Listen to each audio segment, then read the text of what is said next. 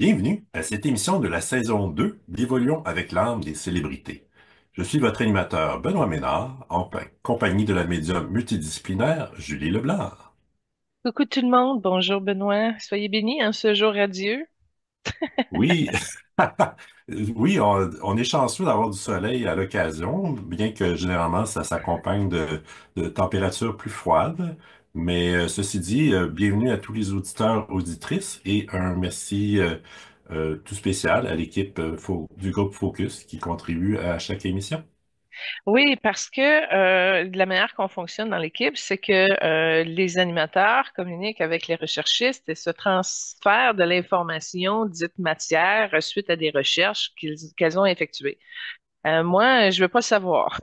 J'aime mieux avoir l'ensemble énergétique. Puis là, on est capable de comparer des choses, d'essayer de comprendre des choses, mais ça reste purement comme une émission qui combine la spiritualité et la célébrité. Et dans le but d'évoluer, évidemment. Alors, voilà un petit peu pour résumer le créneau de l'émission. Merci d'être là, effectivement. Oui, tout à fait. Est-ce que de ton côté, tu avais des retours à faire? Oui, oui, j'ai eu un soin particulier avec Nostradamus après l'émission de Tony Robbins. Donc, c'est pas quelque chose qui a été activé très pendant ou après l'émission, c'est quelque chose qui a pris 2 semaines à s'activer. C'était assez particulier parce qu'il était accompagné de Merlin. Merlin, les gens le connaissent sur Merlin l'Enchanteur, mais c'est un maître ascensionné qui a beaucoup de vertus celtiques et de pouvoirs druidiques et etc. Donc, c'est un grand magicien. Donc, ils se sont apparus, eux deux. Ils ont apparu. Et puis, ils nous ont tout simplement reliés à des égrégores particuliers dans la Terre. Et là, un coup que ça s'est comme ouvert, parce que c'était de la lumière protégée, un coup que ces égrégores de lumière-là ont sorti ou se sont dégagés de la masse des autres égrégores, on a pu vider certaines peurs que j'avais au niveau de mes racines. Donc, c'était au niveau inconscient. Ça datait du Moyen Âge, évidemment. Il y avait des mémoires d'exécution là-dedans. Alors, c'était quelque chose qui, sans le savoir, j'ignorais que c'était là, mais envahissait quelque peu ma structure énergétique par des peurs qui étaient alimentées. Et les peurs qu'ils ont dégagées étaient en lien avec des prophéties. Alors, j'ai pu faire un ménage sur les prophéties qui avaient été transmises par d'autres et qui ont pu créer des peurs et des blocages et des problèmes. Il y en a qui se sont manifestés, il y en a qui ne sont pas arrivés. Alors, c'est comme les prédictions à laquelle j'avais été exposée au fil de mon livre de vie et on a pu libérer l'impact que ça a pu avoir dans mes mémoires. Ensuite, on a été un petit peu plus loin dans cet égrégore-là et là, on a évité beaucoup de peur. Là, il y avait beaucoup plus de peur que dans l'autre. Et dans ces peurs-là, c'était les prédictions ou les prophéties à laquelle moi, j'avais été exposée. Et aussi, pas tout le temps, pas à n'importe qui non plus, mais elles ont été partagées, elles ont été, bon, j'en ai déjà parlé, puis j'ai eu des répercussions et des conséquences de ce que j'avais pu amener comme prophétie ou bon. Alors ça, c'était beaucoup plus lourd. Ça a pris plus de temps à vider, à charger. Mais j'ai des belles guérisons à mon troisième œil.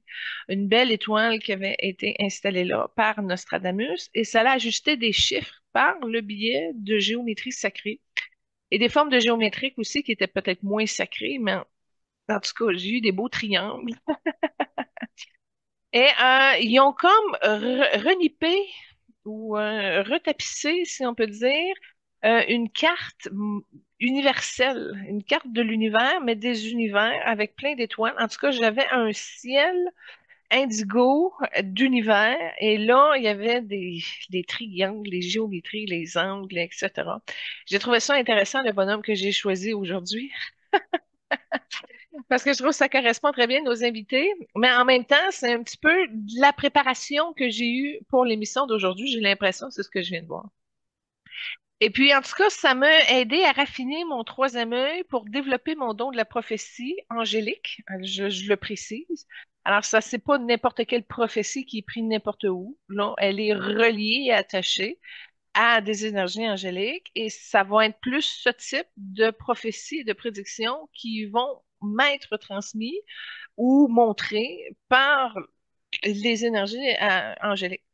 Donc, moi, ça m'a sécurisé, ça m'a permis de guérir des vieilles plaintes, des vieilles peurs, des grosses abandons. Puis ça m'a sécurisé aussi en même temps. Fait que là, c'est comme s'il y a un processus automatique qui va être enclenché par mes nouveaux codages dans ma nouvelle grille d'univers. Puis en même temps, tout ça est ressourcé et béni par cette énergie-là angélique. Donc, il y a quelque chose qui va plus se transfuser naturellement. Donc, ça ne me forcera pas de voir plus loin, parce que je voyais déjà plus loin. J'étais capable d'aller voir les possibilités de qu'est-ce qui allait se passer par rapport à une situation de vie.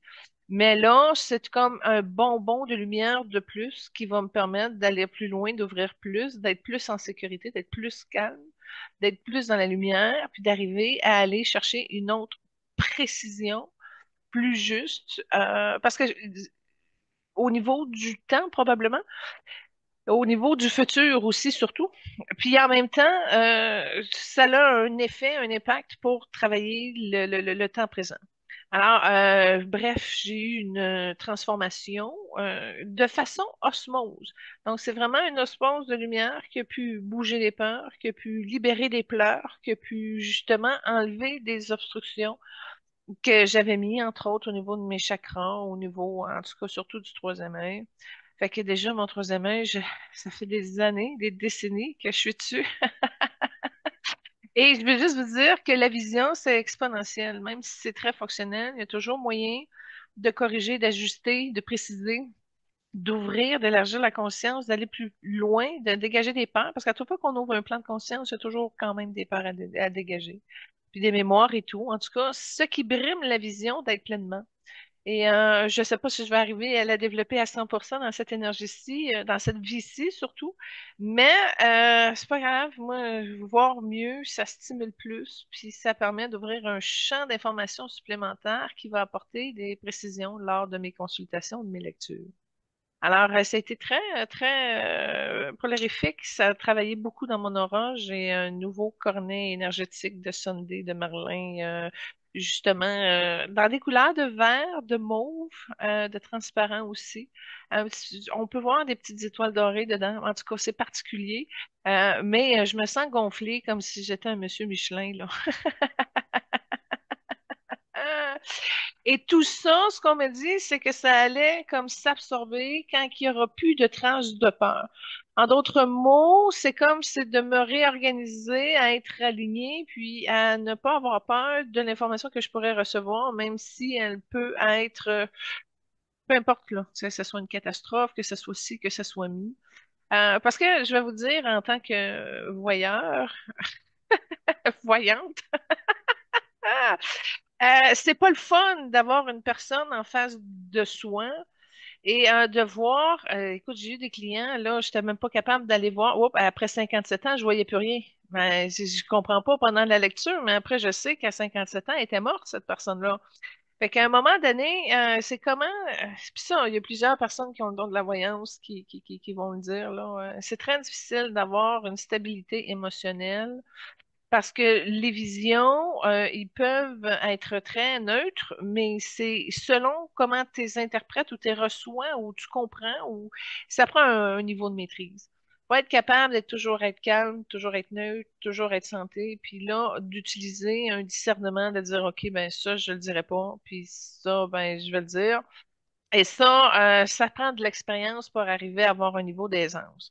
En tout cas, tout ça pour dire que bien que je me sente très solide dans mes capacités de médium multidisciplinaire, ben, j'ai pas fini d'apprendre, j'ai pas fini d'évoluer. Je suis encore sur les bancs de l'école des Lévis et encore en très grande transformation pour des ajustements. Puis ça tombe bien parce que les vedettes qu'on fait sont quand même à un très haut niveau de maîtrise. Alors, c'est toujours intéressant d'aller plus haut puis plus fort et mieux. Fait que, en tout cas, j'ai eu un très beau cadeau de Nostradamus. Et puis, ben, je l'ai pas utilisé encore, dans le sens que je sais pas comment ça marche. Je sais pas, probablement, à un moment donné, je vais avoir un client qui va arriver, puis paf, paf, paf, là, ça va tout se préciser de comment ça fonctionne. Je pourrais en refaire un retour ou un suivi. Mais là, j'ai comme l'impression que si c'est pas placé présentement, c'est parce que je suis encore en intégration. Alors, intégrons. Mais j'ai comme l'impression qu'on va être testé avec nos invités aujourd'hui. Benoît, ça, c'est encore une fleur et une faveur. C'est tes suggestions d'invités. Oui, certainement. Ben, en fait, ben, merci d'abord du partage sur Nostradamus puis Merlin. Puis d'ailleurs, ça me fait penser à l'émission sur Nostradamus. Tu avais mentionné qu'il pouvait être des guides pour aider à, je crois, à alchimiser ou guérir avec des produits naturels notamment. Donc, je trouve ça intéressant qu'ils peuvent aider sur plusieurs plans. Avec Merlin, oui, oui, c'est ça. J'ai vu qu'il y avait une excellente complicité entre les deux. Parfait. Puis sinon, ben, l'émission d'aujourd'hui va porter sur Albert Einstein et Léonard de Vinci. Là, tu es en train de nous dire que tu n'as pas de retour à faire sur les émissions antérieures. Ben, en fait, oui, mais je voulais quand même le plugger vu que tu as mentionné que c'était des choix qui me revenaient. Oui, parce que tu Avant, aimes ça, les personnes inspirantes. ouais, oui, donc avant d'aborder ces deux invités-là, je vais faire un retour sur l'émission précédente, notamment sur Steve Harvey. Puis moi, j'ai écouté plusieurs fois des clips de Family Feud, puis donc dont il est animateur, puis j'ai trouvé généralement c'était des clips sur soit des excellentes réponses et performances de candidats, parfois c'était des réponses très comiques, mais ce qui m'a frappé en regardant ces émissions-là, c'est que Steve Harvey lui-même il est il ressemble à une carte de mode. À chaque émission, là, il est habillé sur son 36. Il est impeccable. Puis, en tout cas, je sais pas si c'est une blague, mais à un moment donné, dans des réponses de candidats, ils donnaient des raisons pour lesquelles leur mariage avait échoué. Puis une des réponses c'était que la personne était chauve, puis lui-même il a dit que ces deux divorces étaient en partie en raison du fait qu'il était chauve. Euh, Sinon, il a joué avec Beyoncé dans le film Fighting Temptation, puis avec Whoopi dans Racing Stripes. Il a aussi été, ben, en fait, il est très impliqué avec les jeunes à travers notamment le biais de l'Empire Walt Disney. Puis il a aussi reçu un prix Man in the Mirror qui lui a été présenté par le fils de Michael Jackson. wow, c'est super. Donc voilà mon retour. Ouais, la carte de mode, ça, c'est important. Ça l'a élevé beaucoup. Quelqu'un qui comprend que en passant par là, il y a quelque chose qui peut se déclencher au niveau de l'âme. Et souvent, l'âme porte le don de la mode. Alors, c'est le fun qu'il puisse assumer autant de talent et puis de garder l'humour par rapport aux femmes. On en a parlé un peu la semaine passée sur les défis qu'il a eus par rapport à cet aspect-là de son incarnation. Mais en tout cas, oui, c'est une belle beauté, puis j'étais très contente qu'on puisse le faire. Et puis c'est pour ça qu'on l'a mis avec Tony Robbins. C'est pas quelqu'un qu'on pouvait mettre avec n'importe qui. Alors je trouvais que les deux ensemble, ça pouvait rendre une personne meilleure. Alors c'était une très belle émission qu'on a eue la semaine passée. Cela dit, moi j'ai pas eu de retour comme tel avec eux deux. Bon, j'ai été occupée avec Nostradamus, puis ça m'a comblé. Mais ça ne veut pas dire qu'il n'y en aura pas d'autres. Mais si on parle d'un retour 3D, là, j'aimerais vous référer au film à Hal, le superficiel, avec Jack Black. Tony Robbins fait une scène au début du film. Jack Black, pour résumer rapidement, là, c'est un superficiel macho qui utilise le One Night comme mode de vie. Et puis, superficiel au bout, là, voire un peu con avancé. Et il est coincé à un moment donné dans l'ascenseur avec Tony Robbins, tu sais, un coup de chance exceptionnel. Et là, ben, Tony Robbins se rend compte que c'est un con profond. Fait qu'il l'a comme un peu hypnotisé avec une technique, je sais pas trop quoi. Et quand que sont sortis finalement, quand ils sont sortis, là, Al, il était comme sous le filtre un petit peu de l'hypnose, puis il voyait la beauté intérieure. Fait que là, il voyait des femmes très très laides, mais qui étaient des super pitounes dans la vraie vie. Puis là, il voyait, exemple, des grosses personnes qui n'auraient jamais porté l'attention là-dessus, mais il les voyait comme des pétards parce qu'il y avait une beauté intérieure. Fait qu'il passe tout le film justement à changer un peu tranquillement parce que bon, le monde il comprend pas comment il peut être pâmé sur cette grosse madame-là, mettons. Fait que là, il y a un champ de travail, puis tu vois tous les clichés, les superficialités, etc., des concepts, des standards, des célibataires de la génération. Bon. Fait que, en tout cas, il a pas fait un gros rôle là-dedans, mais son influence a été quand même de l'avant. Alors, je voulais juste vous dire, on n'a pas parlé, mais c'est un bon film. Al, le superficiel. OK, parfait. Ben, merci. Donc, on peut débuter avec Albert Einstein si tu es prête. Albert, Albert, Albert, Albert. Très difficile à capter et à suivre. C'est une énergie tellement calme, tellement douce, mais en même temps qui a un mécanisme de défense un peu dedans. Fait qu'il est comme tu le regardes, mais des fois tu te dis, coudonc, c'est un reflet de miroir. Fait que quand on s'approche puis on dépense de son mécanisme de protection, là, on le voit que c'est une personne qui est concentrée. Puis là, j'ai pas bougé, j'ai peur, je vais le déranger. Fait que c'est une personne, une âme, très concentrée, encore en train de poursuivre ce qui a commencé ici, mais de l'amener à un autre plus haut niveau. Puis à ce stade-ci, je sais pas en quelle année qu'il est mort, Benoît, mais il est encore en train de faire une différence. Et son cerveau a encore évolué. OK? Puis il va arriver en super bol, super génie, encore plus, plus wow.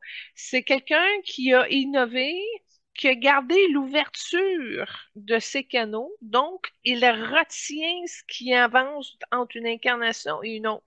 C'est-à-dire qu'il va, s'il revient dans un autre corps à un moment donné, il va être déjà très évolué, très intelligent, il va déjà se démarquer de la masse, puis encore peut-être plus, plus.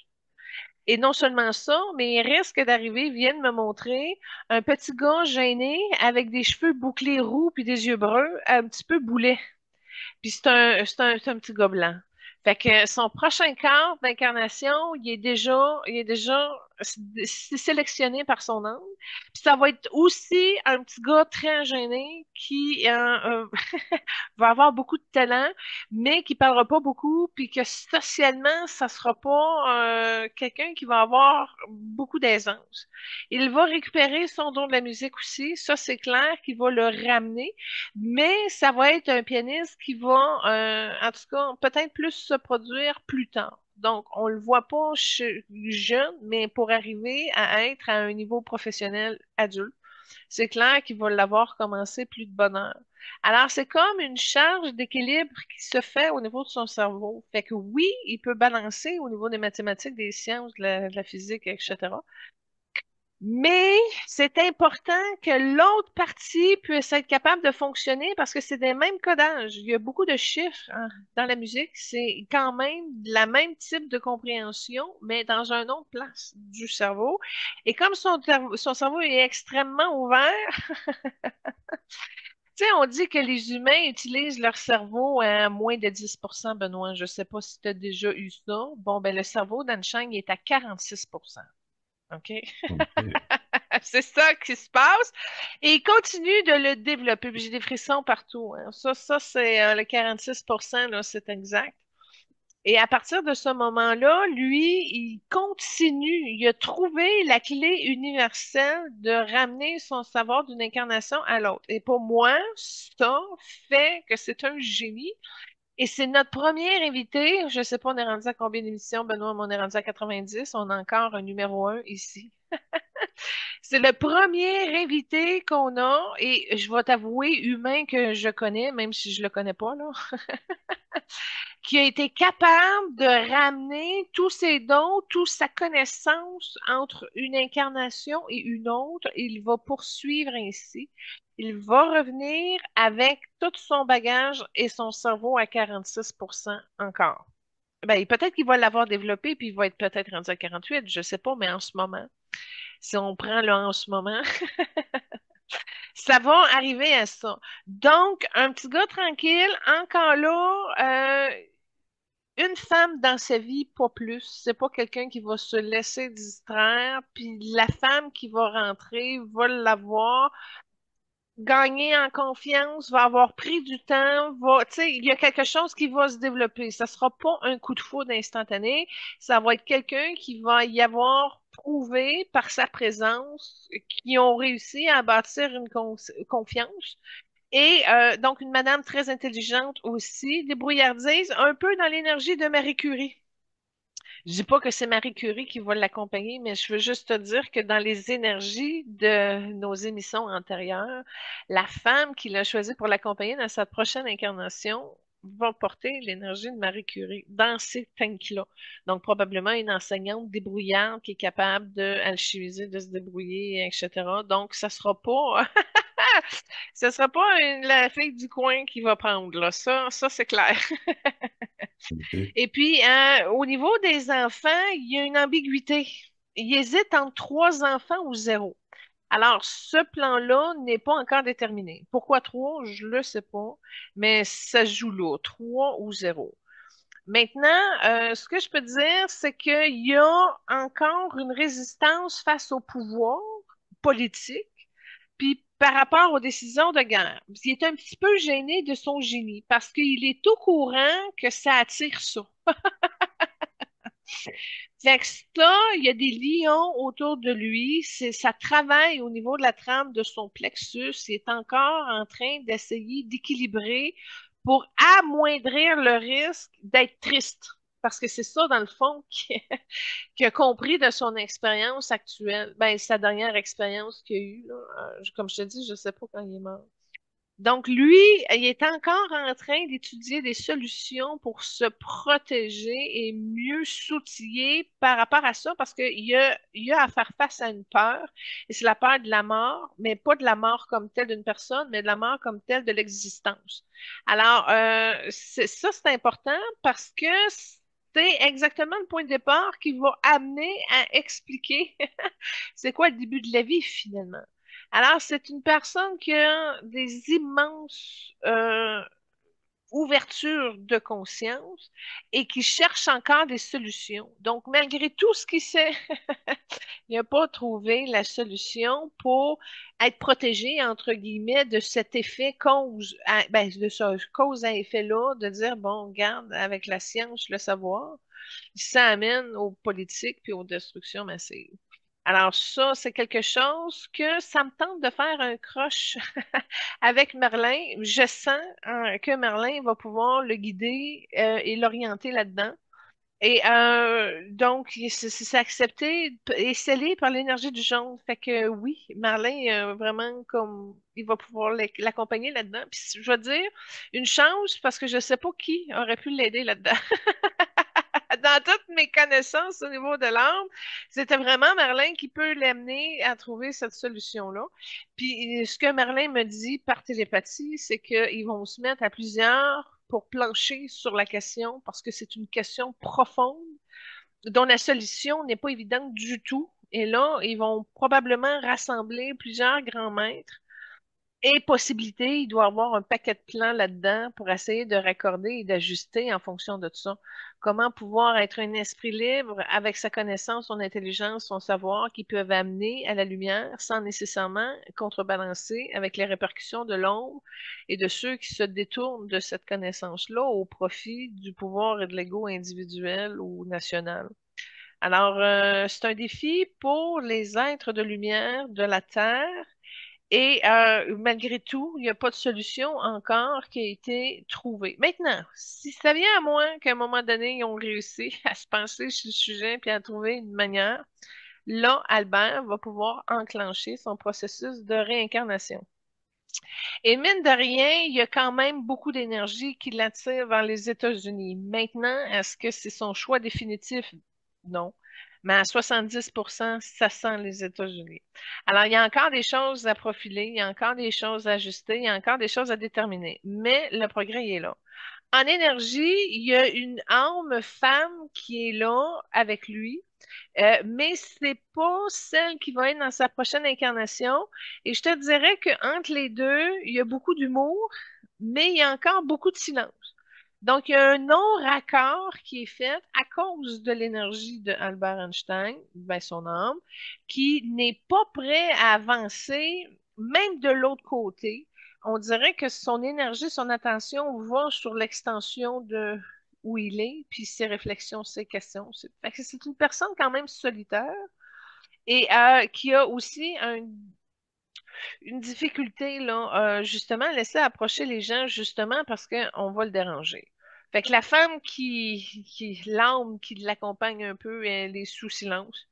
Donc, je sais pas pourquoi qu'elle reste là. Elle doit l'aimer beaucoup pour accepter de se mettre en pause de même. Puis moi, tu vois, je suis encore à côté de ces protections de miroir. Je l'observe, je comprends, je lis ce qu'il y a autour. C'est beau, c'est magnifique, mais bon, maintenant, ça va-tu arriver à quelque chose? Ben, on va voir comment ça se poursuit dans l'émission. Mais commençons par la base. Qui est Albert Einstein?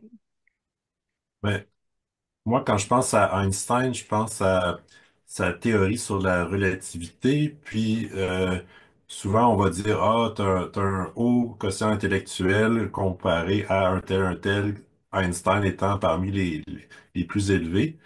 Lui, dans le fond, il a vécu de 1879, puis il est décédé en 1955. Il est né où? Puis, il est né en Allemagne. En fait, je vais parler de la première trame sonore, c'est intitulé Einstein and Music, puis ça parle de l'importance de la musique, puisque, ben, dans un premier temps, moi, j'ignorais qu'il faisait de la musique. Il a commencé des cours de violon à 5 ans, puis il a joué toute sa vie, notamment pour se détendre, ça l'aidait à résoudre des problèmes. Oui, c'est ça, je te dis, de la manière que ça marchait dans son cerveau, il avait besoin des deux absolument. Parce que le chemin que la musique emprunte, à un moment donné, rentre dans un genre de calcul de mathématiques où là, tout s'emboîte, puis tout s'enchaîne, puis la compréhension est liée, c'est des accès de ton cerveau qui ramènent la globalité. Donc, à partir de ce moment-là, dans le champ de l'univers, comment ça se transpose, c'est quoi les miroirs, c'est quoi les résonances, puis comment ça se place tout ça. C'est comme s'il savait qu'il y avait une espèce d'hyper puzzle 5D. C'est ça. Puis comment arriver à que tout s'en fonctionne pour arriver au tout. Et ce tout-là, comment ça s'explique au niveau de la science quand tout est compartimenté, mais tout est relié aussi. Fait que c'est du gros défi qui s'est mis, là. Ah, je trouvais ça intéressant que tu parles que euh, dans une vie éventuelle, il y aurait une compagne qui ressemble à Marie Curie, parce qu'on avait parlé à l'émission sur Marie Curie, comme quoi ils s'étaient rencontrés lors d'un congrès sur la physique, et puis les deux s'étaient super bien entendus. Ouais, il y a quelque chose, il y a une grande chimie. Oui, on avait, je me rappelle, Benoît, on l'avait souligné, mais je dis pas que c'est elle qui va prendre, mais il y a quelque chose qui a impressionné et qui a imprégné ses souhaits profonds. Et ça lui a été accordé pour sa prochaine incarnation. Mais quand juste une énergie comme Marie Curie, je suis pas capable de te valider que ça va être elle. Mais qui porte l'énergie de Marie Curie, tu sais? Exact. D'ailleurs, les deux ont gagné le prix Nobel de physique dans leur temps. Puis il est fier. Je sens qu'il y a beaucoup d'amour par rapport à ce qu'elle a accompli et réalisé. Fait que moi, je soupçonne vraiment que c'est deux âmes sœurs profondes qui ont beaucoup de grandeur puis de similitude, donc une magnifique compréhension. Puis comme Albert, c'est pas un homme de beaucoup de mots, puis qui a beaucoup de ce qu'il dit et de ce qu'il est, qui pense à travers son champ énergétique. C'est très compatible avec l'énergie de Marie Curie qui a un fond de confiance comme ça en elle. Donc, je mentionnais qu'il était né en Allemagne. Son père travaillait dans une entreprise de matériaux électriques. Sa mère était plus à la maison. Tout comme Einstein, elle était réservée, puis était excellente au piano. Donc, je présume que c'est elle qui l'a initié au violon, À ou la en tout cas à musique. travers elle. Ouais, Ouais, c'est ouais, ça. ouais. Ça prenait un ground pour que ça rentre rapidement et qui de mieux que la mère pour que ça agisse directement rapidement. D'accord? Puis en plus, écoute, je vois plus loin, Sama, elle avait une compréhension des études, puis des choses, puis elle mettait beaucoup d'importance sur les connaissances, puis les facultés intellectuelles. Fait qu'elle l'a vu très rapidement que même en comptant de l'argent, il y avait quelque chose de différent des autres garçons. Il y avait des origines juives à travers sa famille, étant né en Allemagne. Puis, il y a d'autres personnes de sa famille aussi qui ont contribué à son épanouissement, notamment son oncle Jacob, qui était ingénieur, qui l'a stimulé en termes d'intérêt pour les mathématiques. Puis, tu L'ingénierie. mentionnes... Oui. Oui, exactement.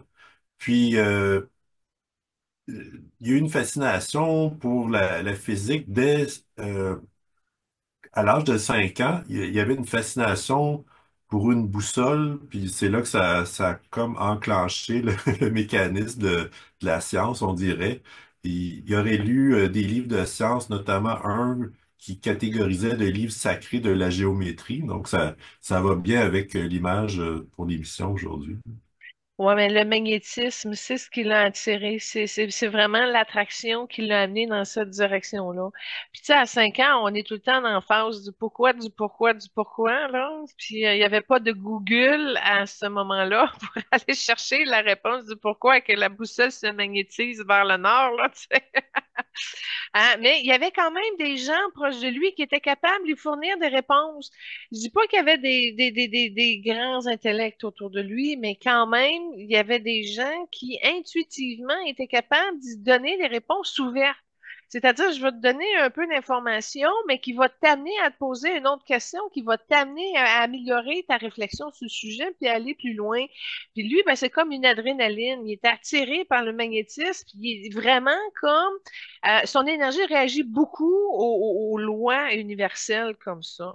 Fait qu'il a juste été vraiment dans son moment présent et là, la question arrivait, puis là, oups, c'était assez intéressant pour qu'il y songe, puis qu'il y ait une prolongation de son mouvement finalement.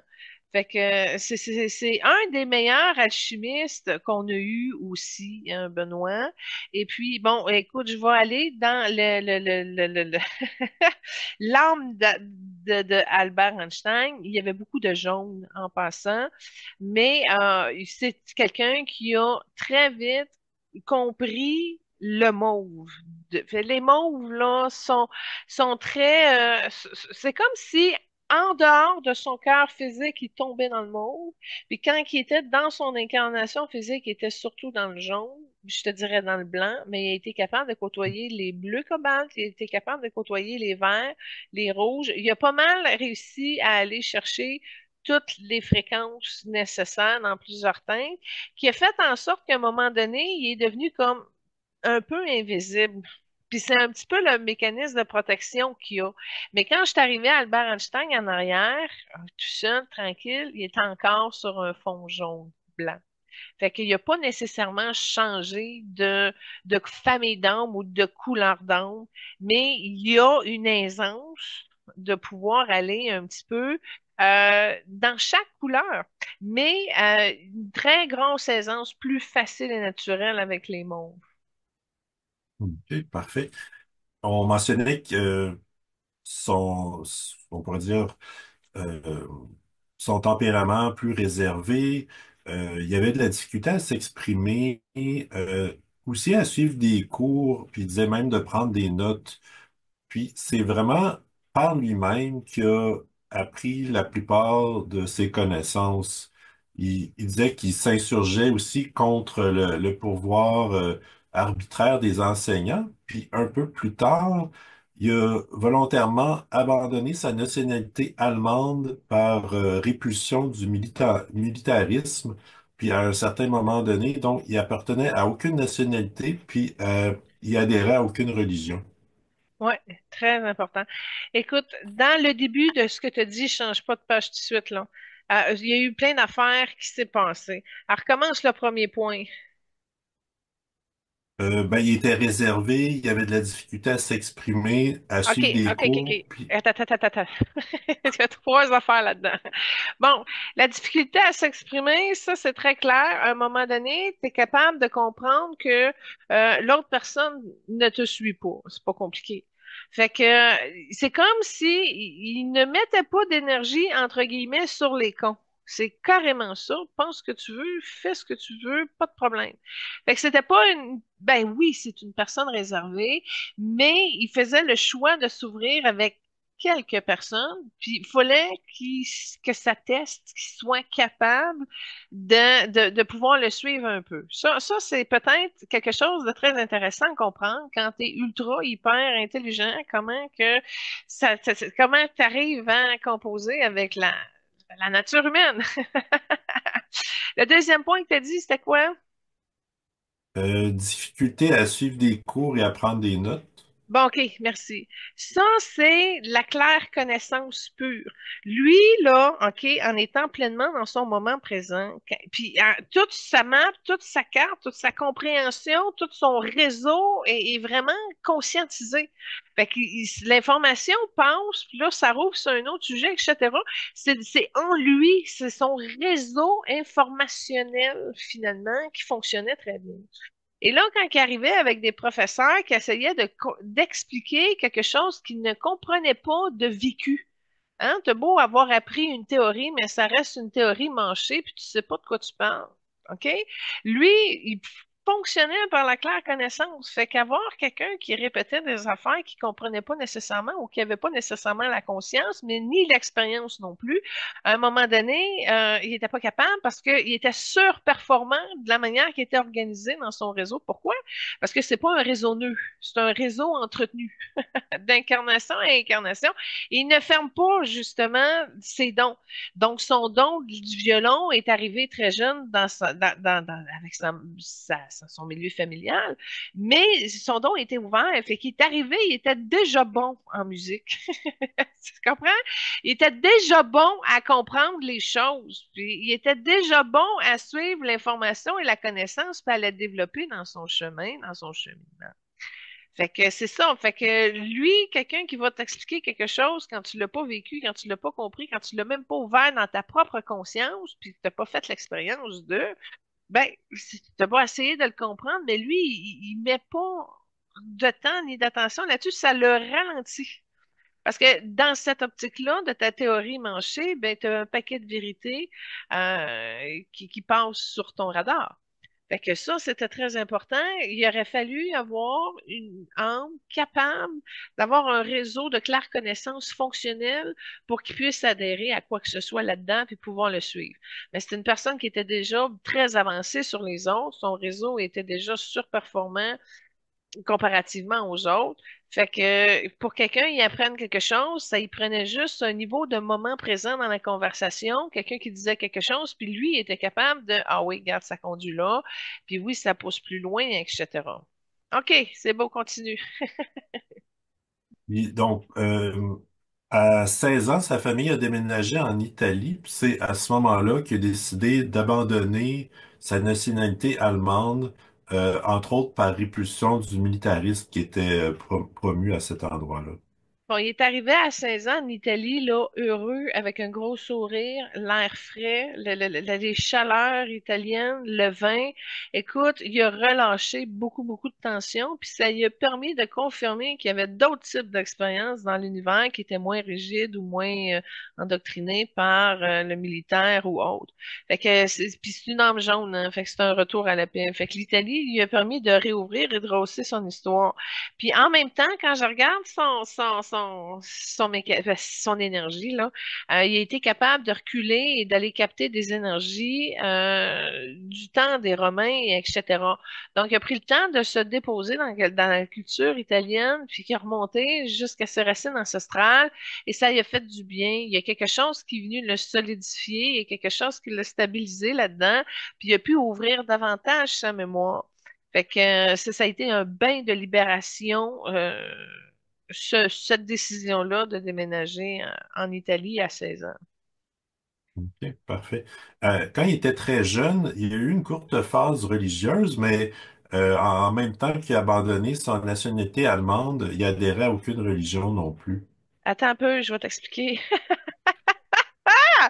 Parce que il est allé voir, il a essayé de comprendre, il a essayé, tu sais, il a été, mais quand il n'y a aucune de ces hiérarchies-là religieuses qui est capable vraiment d'expliquer qui est Dieu, à sa plus simple expression, c'est-à-dire dans la vérité. Et puis là, tu comprends tous les problèmes là, qui se découlent.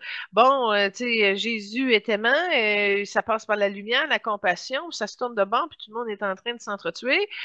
C'est clair qu'à un moment donné, il y a quelque chose qui ne passe pas. Puis là, ben là-dessus, tu vas voir, tu fais tes observations, puis tu repars justement à développer peut-être qui est Dieu par le biais de la science, et etc.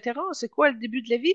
Ce qu'il a trouvé, c'est qu'au niveau des religions, c'est que les explications étaient incohérentes, puis ça sonnait faux. Il y avait beaucoup de choses qui tombaient sur crois-moi, c'est de même ça marche. Puis là, Dieu est punitif, et puis là, tiens, rajoute, rajoute, rajoute, rajoute.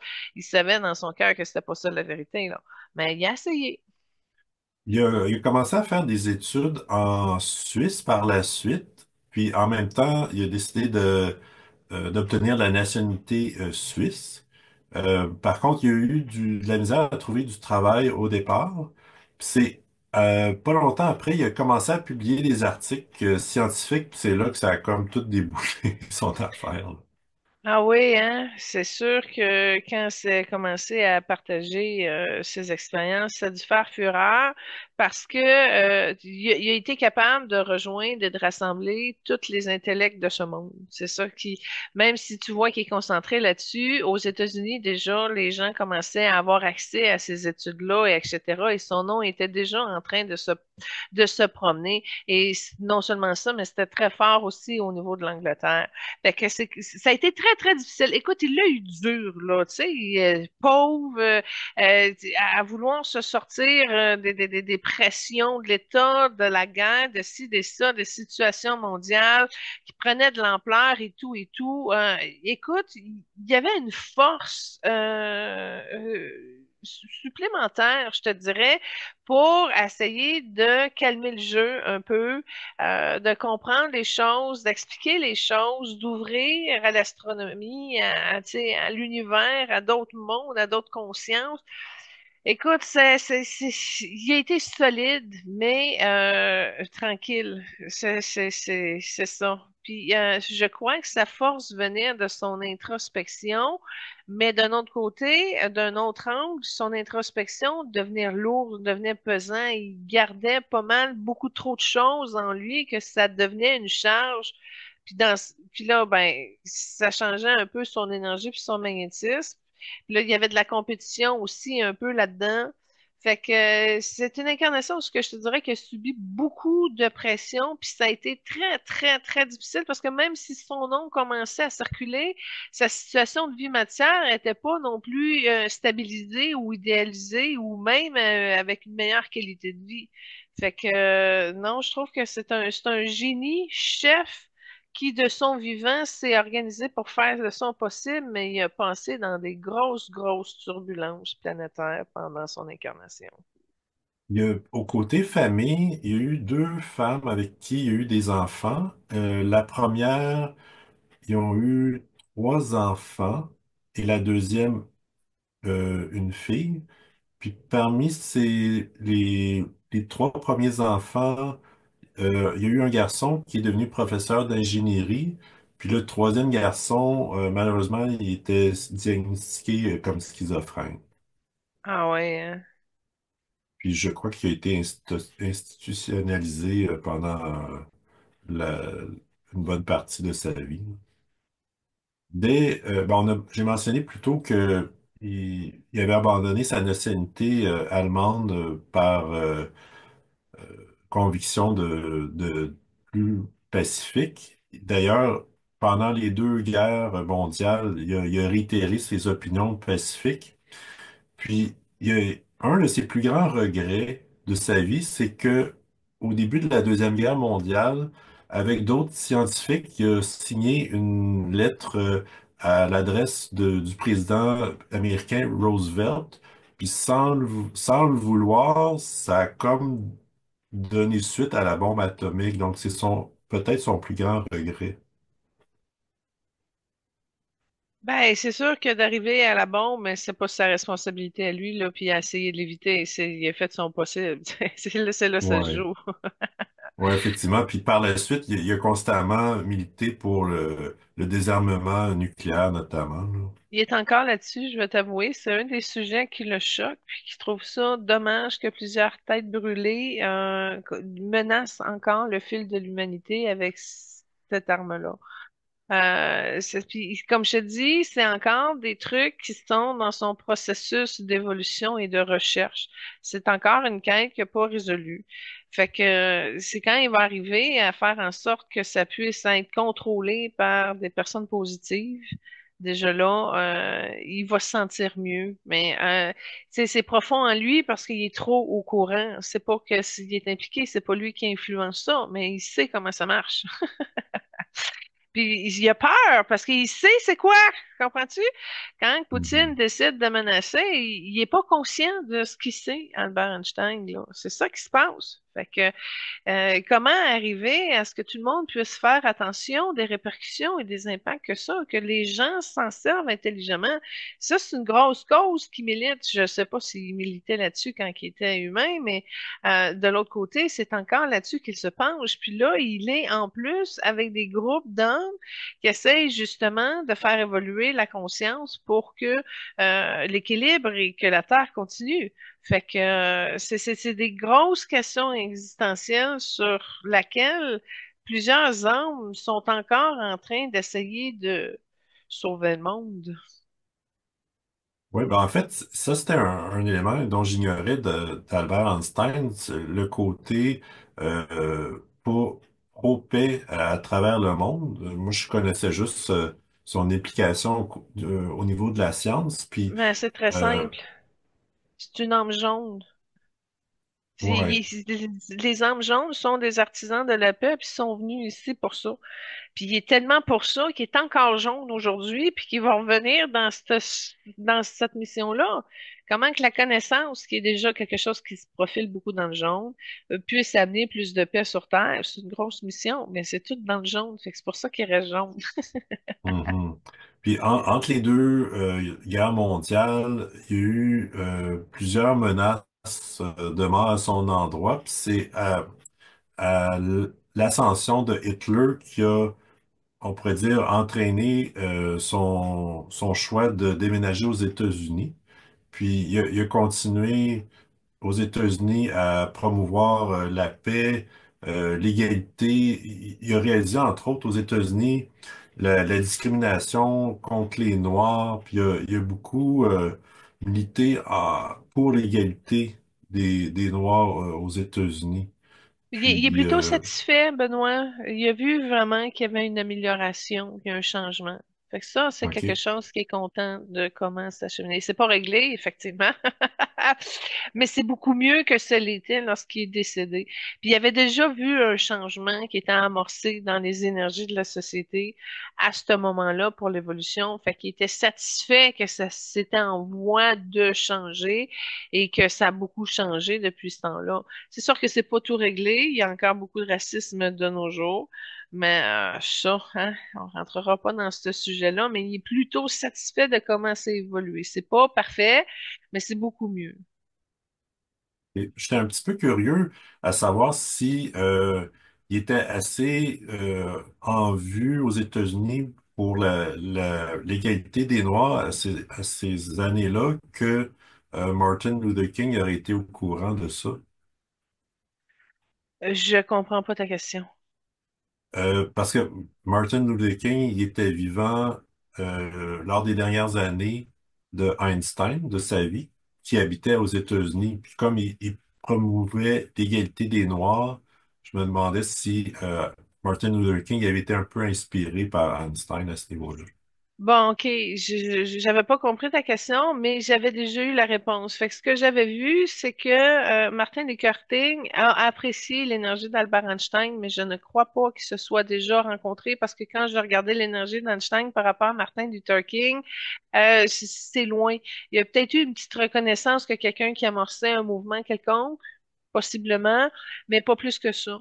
Fait que je te dirais que Martin Luther King a eu plus d'impact d'Albert Einstein dans sa vie que Albert a eu de l'impact de Martin Luther King.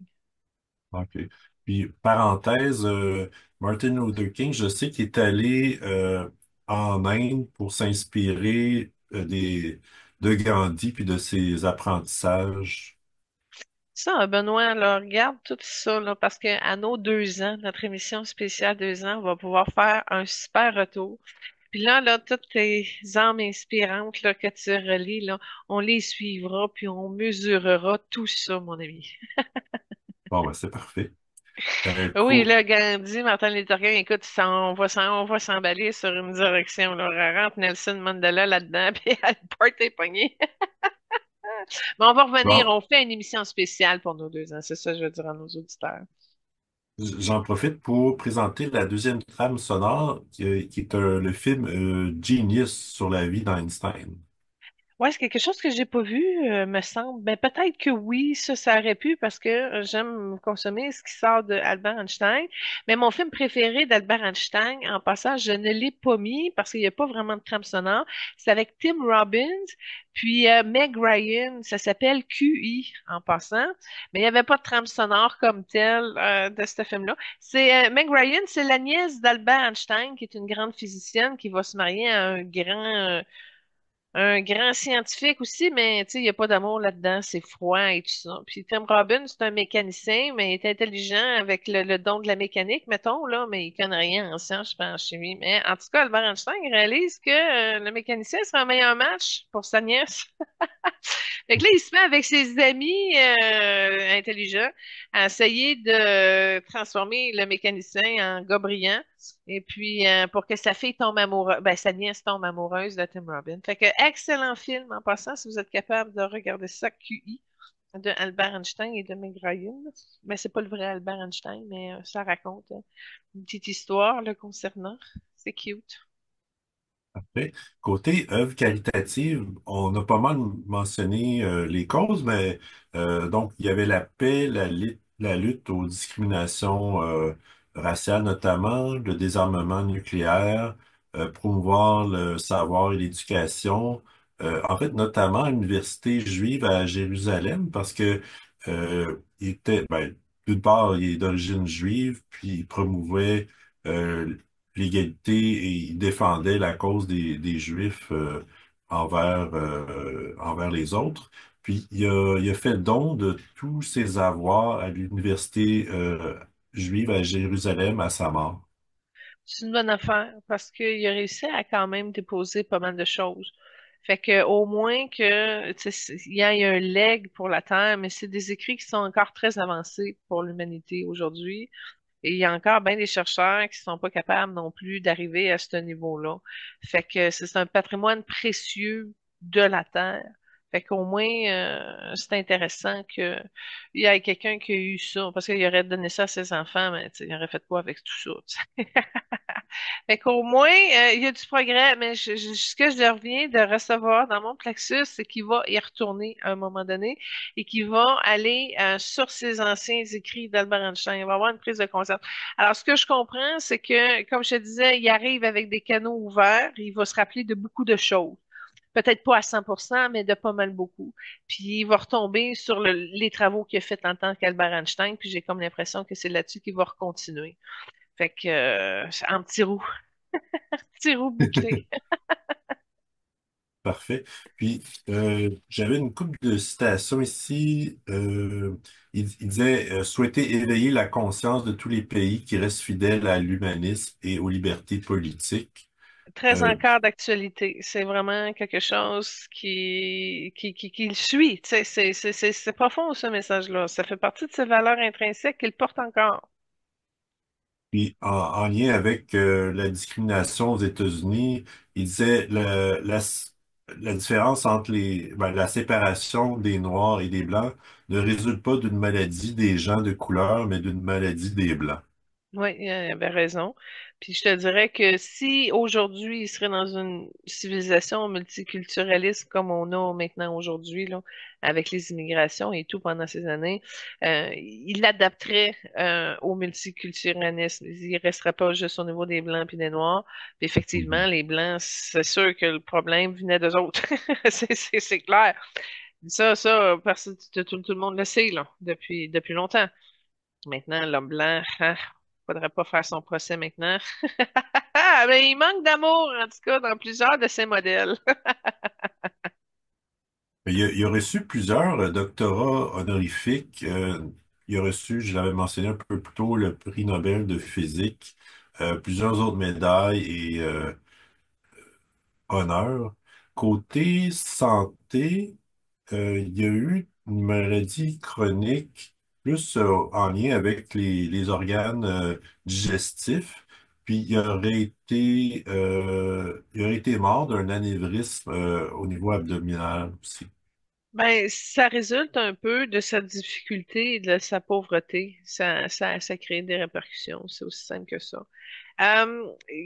Recommence au début, pas au début de ces proverbes, là, mais recule un peu. T'as dit quelque chose, puis j'ai vu quelque chose. Euh, Avant les proverbes, Après? après, au niveau de sa santé ou des Avant? œuvres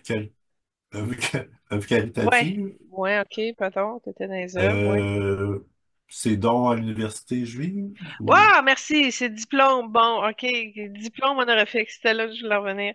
OK. Tu vois, quand tu dis qu'il y a eu de nombreux diplômes honorifiques, ben c'était un petit peu ça, sa claire connaissance. Comprends-tu? Il n'y avait pas besoin d'aller chercher l'enseignement de quelqu'un qui lui donne. Il est tellement rentré dans la claire connaissance que là, les universités ont compris son mécanisme puis de ce qui amenait à partir de son réseau d'information. Puis les doctorats honorifiques sont rentrés très facilement. Mais très facilement, c'est ça qui se passe avec Albert Einstein. Il n'y avait pas à passer par en arrière. Le monde allait donner, lui donner ce diplôme, justement, comme ça. Fait que pour lui, l'université, c'était ça, de recevoir le diplôme, mais lui, d'être rendu beaucoup plus loin, puis de continuer son chemin, puis de sa claire connaissance, puis ses travaux, puis son œuvre, etc. Fait que c'est ça que j'ai remarqué de spécial. Tu sais, quand il n'aime pas l'école, non, c'est l'école qui courait après pour lui donner le diplôme. Ça, c'est remarquable, ça, là. Moi, j'ai jamais vu ça Ouais, chez c'était nos vrai. 90 émissions là, qu'on a faites. Non, exact. Ouais. Comme troisième trame sonore, c'est un extrait du film Einstein et Edinburgh, plutôt Eddington, pardon. Ouais, ça, c'est un super bon film. Justement, sur la vie d'Albert Einstein dans ces périodes, justement, entre sa pauvreté difficile puis ses combats militaires, nucléaires, etc.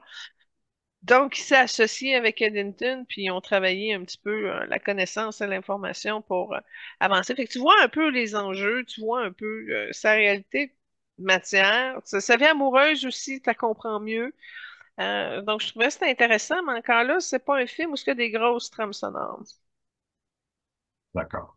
Moi, j'aimais bien entre autres, parce que j'aime le groupe de Cranberries, puis il y avait une Ouais. trame des Cranberries. Ouais, mais ces regards Cameron sont arrivés dans les années 1990, là, puis j'ai cédé pour ça. Moi aussi, j'aime beaucoup Dreams des Cranberries, puis j'ai dit, tiens, je me Ouais. gâte. Je me gâte, je la mets là. Alors, ben, c'est ça, fait que ça doit être dans le film, mais encore là, c'est pas réaliste, là. S'il est né en 1955, Cranberries était même pas né. Mm. Euh, j'ai un autre lien avec une célébrité qu'on a faite dans une émission antérieure avec Charlie Chaplin. Puis les deux se sont rencontrés. Puis Einstein a dit, ce que j'admire le plus de votre art, c'est votre universalité. Bien que vous ne dites pas un mot, le monde entier vous comprend.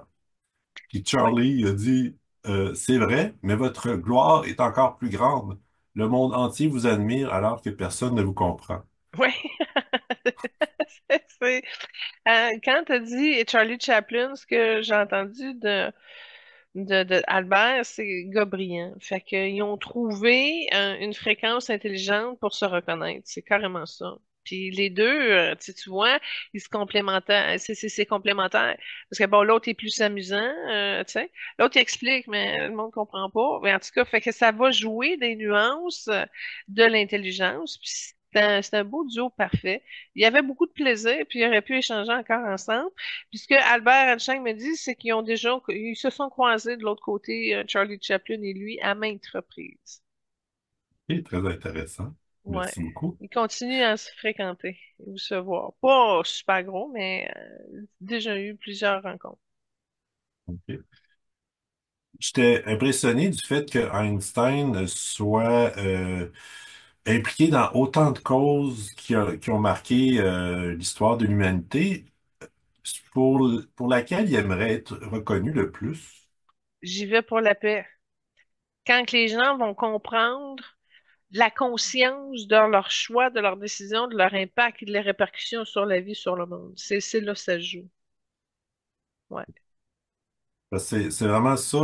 Ben, je veux dire, moi, pour ma part, je le connaissais plus au côté science, puis j'ignorais son implication pour la paix, puis ça m'a vraiment frappé, puis et fait plaisir de sa part dans cette partie-là. C'est l'essence même du début de sa quête.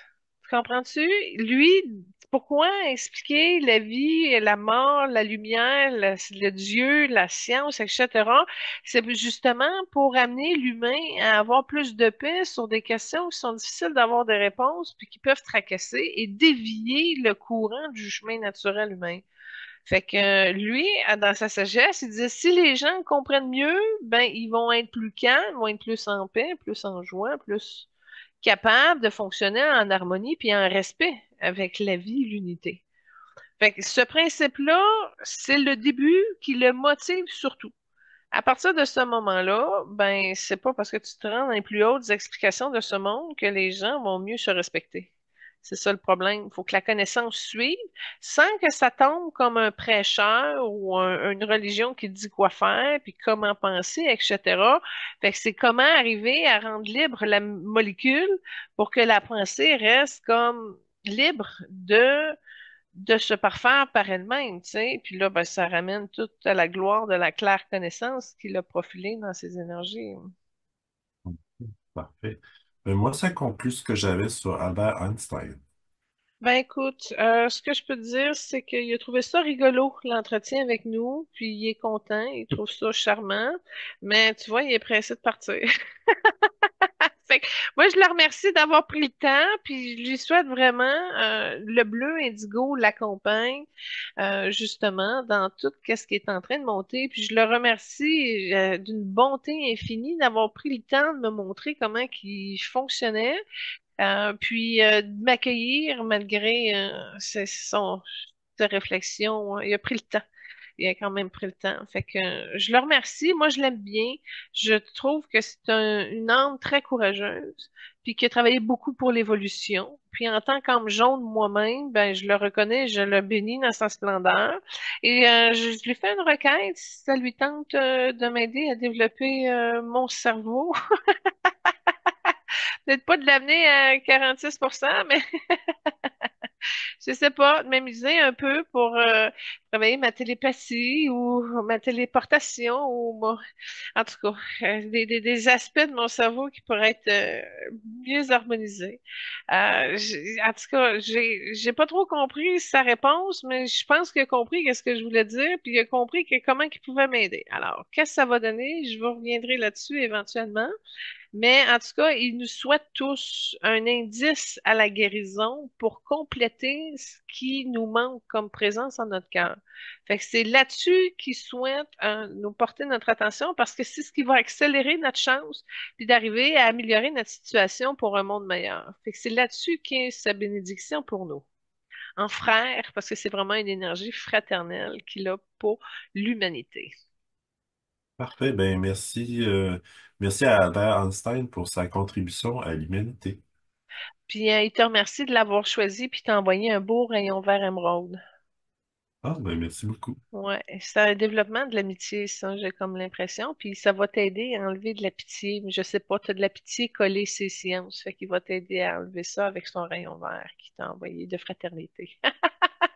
Ah, il est cute. Parfait. Il est fin. Tu vois, il a une élégance là de répondre au moment. Puis, tu sais, il est capable d'échanger avec les gens. C'est pas, tu sais, il a été capable de le faire avec nous là. Fait que, il y a quand même un côté social. C'est comme rien. Parfait. Ben, j'ai remarqué qu'il avait étudié, ben, appris par lui-même des formules mathématiques, calcul, c'est quoi encore? Calcul différentiel puis intégral. Si j'avais su au secondaire, je pense que j'aurais fait appel à Albert à ce moment-là, mais en Mais tout cas. imagine-toi qu'est-ce qu'il aurait fait avec une calculatrice scientifique comme on a maintenant. Il aurait dû peut-être aller même plus loin, tu sais. Là, c'était tous des calculs Mhm. qu'il faisait manuellement, mais imagine-toi si, quand il va arriver, il va être vraiment dans la technologie, là. Il y a Absolument. vraiment quelque chose, parce que, comme je te dis, ça continue. Il n'y a pas eu de pause entre sa première, puis, ben, son incarnation qu'on le connaît, puis sa prochaine. Fait qu'il va être encore très spectaculaire quand il va revenir en petit gorou. Parfait. Parfait. Maintenant, on peut passer à Léonard de Vinci. Et comme première trame, tu as choisi la musique de Léonard de Vinci. Ouais. C'est pas facile. On était dans des invités cette semaine où les trames sonores étaient très difficiles. J'aurais aimé ça voir Albert Einstein nous faire un jig de Charleston, mais ça existe pas. Ça existe pas. Léonard da Vinci, c'est une coche de plus difficile. Mais il y avait un peu de choses, mais en tout cas, j'ai fait mon possible. Parfait. Lui, il a vécu entre les années 1452 et 1519. Puis c'est probablement un des invités qu'on a eu où il a développé le plus de différents talents. Donc, il était peintre, ingénieur, sculpteur, scientifique, philosophe, botaniste, écrivain et musicien. Je suis sûre qu'il doit y avoir d'autres choses en arrière de tout ça, là. Puis, ben, en fait, quand on pense à Léonard de Vinci, ce qui est ce à quoi on l'associe, c'est l'esprit universel de la Renaissance. Ah, je comprends. Écoute, il y avait même le médical, là. Il voyait des os, puis là, il décrivait le corps. Il a vraiment amené une grosse base, autant au niveau du règne animal, des plantes, des humains. Il a fait progresser beaucoup, beaucoup la médecine. Fait que ça, c'est un grand champion, une grande âme, très humble. Puis lui aussi, il était d'un beau jaune translucide. Fait que ça aussi, c'est peut-être notre première émission. On a deux jaunes harmonieux très paisibles, qui ont une aptitude à composer avec toutes les autres fréquences. Tu regardes en énergie, c'est comme des bonhommes arc-en-ciel. Ils maîtrisent tous les éléments, toutes les couleurs, toutes les fréquences. Mais à la base, c'est un grand jaune, calme, sage, de savoir, de conscience universelle. Et il a fait énormément, beaucoup progresser l'humanité. Maintenant, depuis sa mort, là, en 1500, je sais pas trop ce que tu as dit, à 39, 29, je sais plus. Euh, 19. ouais. 19, ok, 1519. Il s'est réincarné trois fois.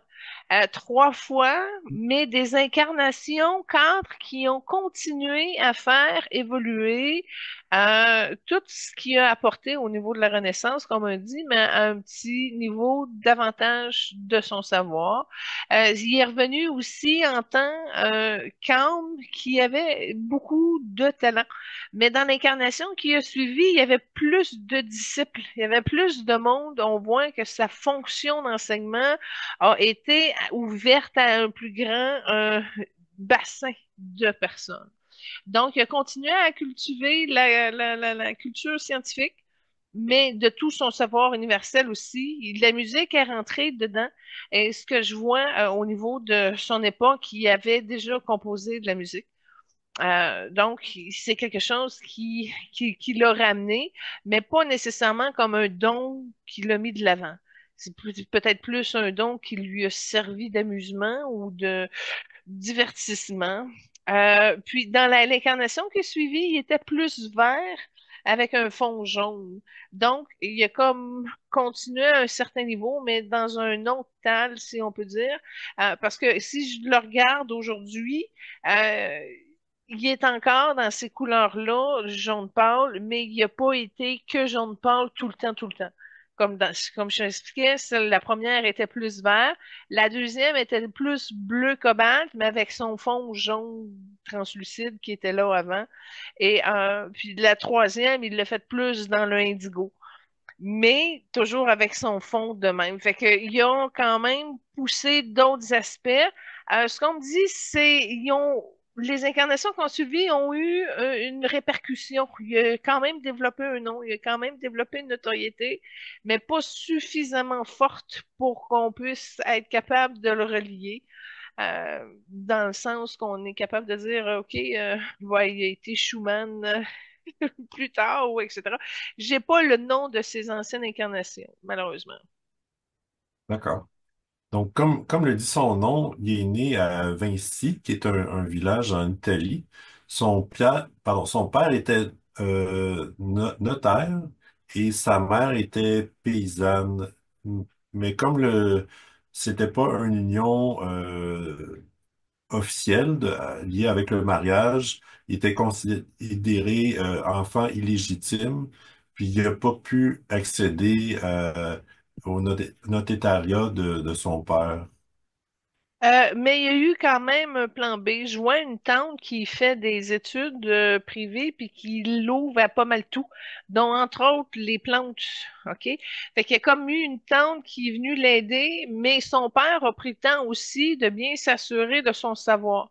Il savait qu'il était capable de lire. Il lisait, je vois qu'il lit des dossiers de son père.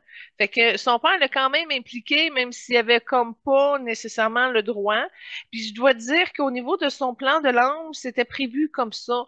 Parce que, justement, c'était une manière de pas rentrer dans le tordeur que l'élite, entre guillemets, pensait au niveau de l'éducation et tout. Ça l'aurait comme brimé ou limité, si on peut dire. Donc, le fait qu'il n'ait pas accès à rien, il avait accès à tout.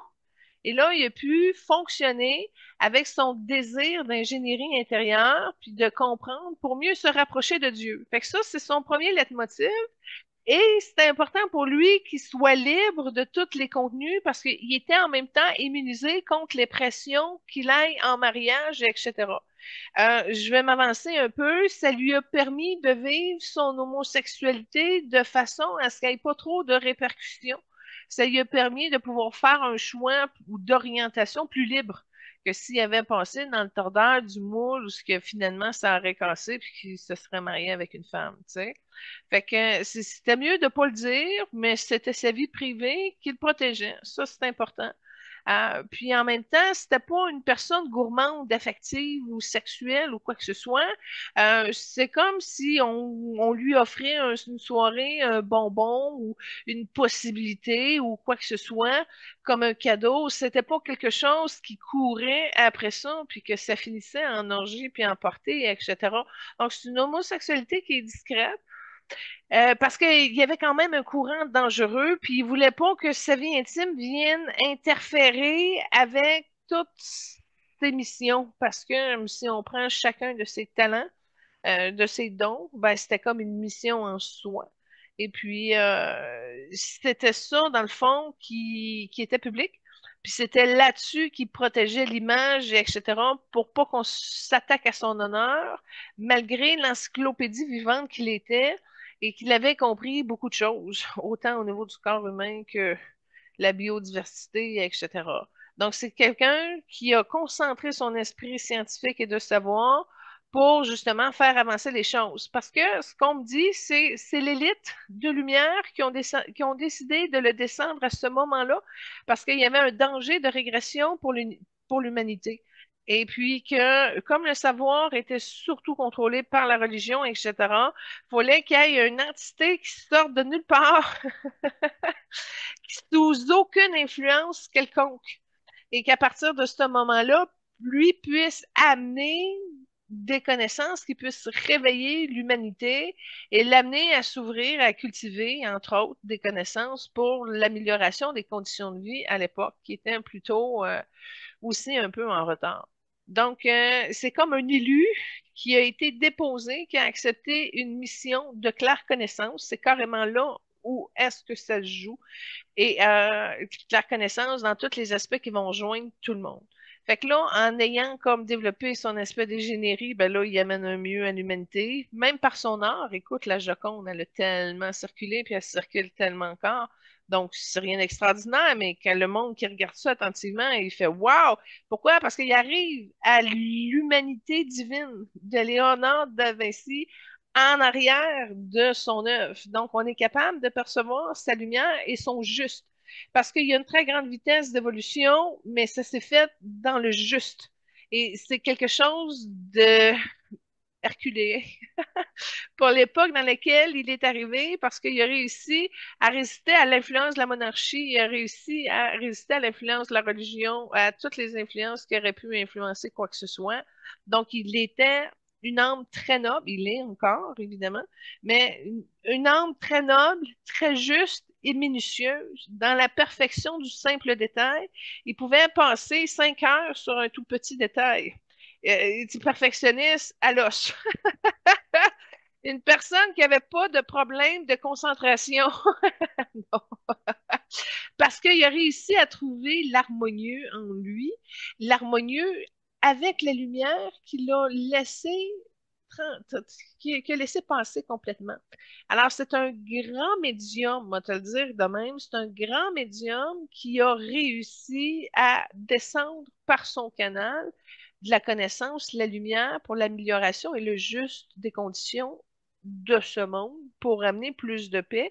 Mais il trouvait ça très difficile parce qu'il y avait beaucoup de sacrifices en lien avec la maladie aussi. Alors, c'est pour ça qu'il a voulu comprendre l'anatomie, le corps humain, pour arriver à le soigner du mieux qu'on pouvait, parce que personne n'est à l'abri. Tu pouvais avoir 5 ans, 17 ans, 42, tout le monde est vulnérable à choper une maladie à un moment donné, un virus, quelque chose. Donc, c'était vraiment dans une optique de paix qui est venu faire progresser l'humanité et ça marche encore parce que toutes les bases et les assises qu'il a amenées continuent aujourd'hui à être utilisées, que ce soit en médecine, que ce soit en botanisme, que ce soit en ingénierie, en quoi que ce soit. Donc, il a vraiment amené ce qui nous aide encore aujourd'hui. Alors, c'est des missions d'élus élites qui, justement, sont placés pour des raisons, justement, d'empêcher l'humanité de régresser. D'accord, parfait. Ben, merci beaucoup des précisions. Tu mentionnais qu'il était pris en charge dès un jeune âge pour son éducation, mais il a habité avec ses grands-parents pendant ses 10 premières années. Son grand-père, il avait partagé son intérêt pour la nature. Sa grand-mère était céramiste, puis il l'avait initié aux arts. Puis tout le village, dans le fond, contribuait à son éducation. Ouais, ben tout le monde se rendait compte que le petit gars, il était allumé, observateur, puis intelligent, puis qu'il se questionnait, puis que les questions qu'il posait allumaient le monde. Waouh! Fait qu'il allait chercher justement les passions chez les gens, qui leur dévoilait tout. C'est comme s'il y avait le don de qu'il n'y ait pas de secret. Le monde dévoilait leur connaissance, puis il disait, ouais, il est bien trop petit, il comprendra pas ça. Non, laisse faire. Dis la vérité, sors-la toute. Puis il partait avec ça, puis il l'amenait plus loin. Fait qu'un petit gars brillant, curieux, puis en même temps qui regardait les gens, mais les gens avaient aucun soupçon de méchanceté qui venait de lui. Il y avait rien de bizarre, c'était juste vraiment quelqu'un qui se nourrissait à essayer de mieux comprendre le développement des gens pour mieux les guérir, pour mieux les soigner, pour qu'ils soient plus heureux, plus en paix, etc. Fait que très jeune, les gens reconnaissaient sa noblesse dans sa vibration, dans son énergie, puis ça l'a toujours protégé. Tout à fait. Puis, tu disais que son père l'avait bien encadré aussi. Euh, donc, à 10 ans, il est allé à Florence avec son père. Puis, son père l'a inscrit à différents ateliers où il allait pouvoir apprendre différents métiers. Donc, c'est vraiment là que ça donnait un souffle à son expérimentation, puis on pourrait dire, le lancement de sa carrière sous toutes ses facettes. Mais là, t'as peu, t'as. l'effet que ça lui a fait là, de son père à Florence, il est devenu toute rose dans son énergie. Alors, il a vraiment aimé ça, puis il a pu faire l'expérience de la connaissance de qui il est à travers toutes ces possibilités de savoir-là. Fait que c'est vraiment quelque chose qui lui a apporté et généré énormément beaucoup d'amour pour comme embraser le début de sa quête là, de démystification universelle.